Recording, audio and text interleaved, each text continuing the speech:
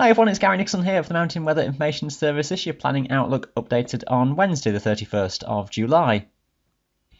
Now hopefully sometime soon I'll be able to put some words on this thing that looks a bit more optimistic, but alas at the moment it's not to be, with low pressure looking very much like it will be in charge over the next couple of weeks in many respects as systems keep coming in from the Atlantic, so further showers, some further prolonged periods of rain may well be in there at times. Let's have a look through things then and just pick out the details. Starting off with Thursday, the low pressure system that's been bringing all the trouble over the middle part of this week, particularly across the Yorkshire Dales where there's been some significant flooding, that's moving away toward the east. We've still got a showery pattern though. It's a convergence band basically that's down from the Highlands, down the spine of the Pennines, where we've got airflows essentially coming in from the northwest around western coasts, slightly from the northeast around eastern coasts, and it just creates a zone where the air comes together and all it can then do is rise and form a band of showers, and some of those quite intense with the risk of some thunder as we go onwards into the afternoon. Fewer showers on balance across Wales. Temperatures, well, nothing too special, and quite a fresh feel on many of the high tops.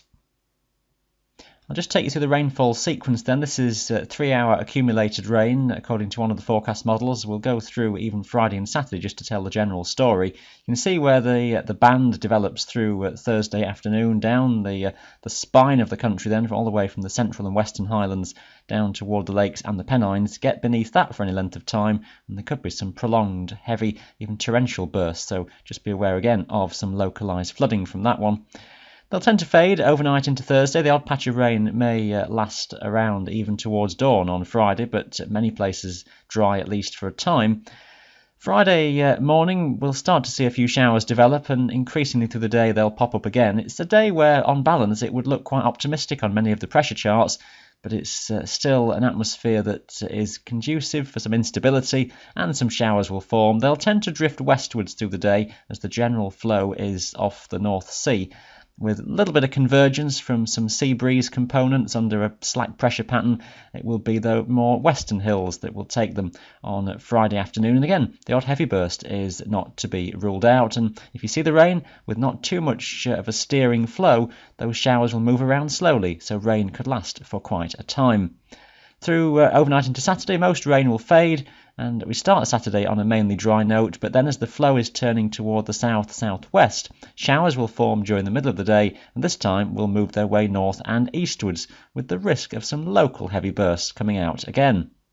So let's just go back to the synoptic charts, and that's Friday's situation. Doesn't look much at face value, does it? It's a fairly slack, high-pressure situation, but the showers are likely, as I mentioned. Not too much wind. Cloud will really be variable. In some places where rain is around, it'll be low and it'll be extensive across the hills. There will be some breaks around as well. Quite a ragged situation in terms of cloud. Temperatures on Munro level, you'll be about 12 or 13 degrees. The fronts, though, that are out towards the west over the Atlantic will start to push their way in, and we just start to see the south by southwest of the airflow start to return. High pressure is never quite built across the country, so it's not really genuinely settling things down, and the trough that runs in ahead of those fronts is what's bringing that risk of showers popping up during Saturday daytime. For many hours it may well be that you stay dry, and the further north and northeast across the Highlands you are, probably a greater chance of being drier even well on into the afternoon. Rain starting to develop sooner across Wales and the lakes.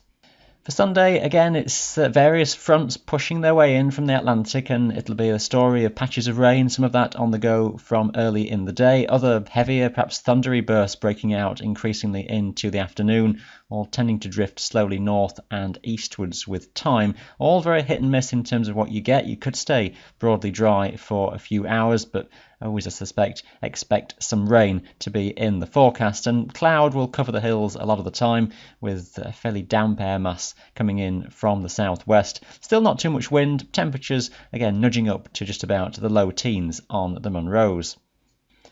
So stay up to date with your details for the weekend. All our forecasts, of course, updated every day on the website. I think you'll need your waterproofs handy whatever way you look at it. And that's going to be the story ongoing into next week too. This is the situation then as we start the week. Low pressure is a trough that's parked toward the west of the British Isles. It's that ever familiar sort of south by southwesterly airflow that will have been around over the weekend. fairly slack situation over a few days, so once again it's going to be a story of some slow-moving, at times heavy downpours in place. They will vary from day to day, just depending on local convergence zones, depending on the wind direction, basically. Not that there will be much of that, it'll be often pretty quiet wind patterns. So some places may see a downpour that lasts an hour or more, other places may see many hours where you escape dry. It's just one of those stories, I think, early in the week. But there's nothing particularly grand about the outlook because a series of low-pressure systems are just steering themselves across the Atlantic, and the broad-scale pattern across our part of the world is one of a trough of low pressure. There'll be several different centres to that, and if anything, you'd almost say it gets worse as time goes on because those lows just seem to gather strength, and wet, windy, really poor conditions may well be in place as we run toward the end of the week and that following weekend. So no real sign of any genuinely good summer weather on the cards any time soon. It's all backed up by this chart, which is the pressure anomaly for the week as a whole, the 7th through the 13th of August, and it's not what we want to see.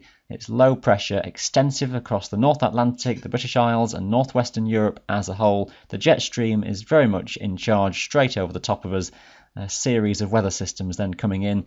Really, it may well get worse before it gets better is all we can say with that one. I think this unsettled spell is very much here to stay. No immediate end in sight, almost as far as we can see in sensible sort of 2-week ahead forecasting at this time. So there you have it. You have been warned. If you've got some good waterproofs, you'll be testing them out quite regularly, I suspect, in the next couple of weeks. Stay up to date with us. We'll hopefully find the odd good day in there for you. They'll be at a premium, I would have thought, for the time being. Thanks for watching this video today. Bye for now.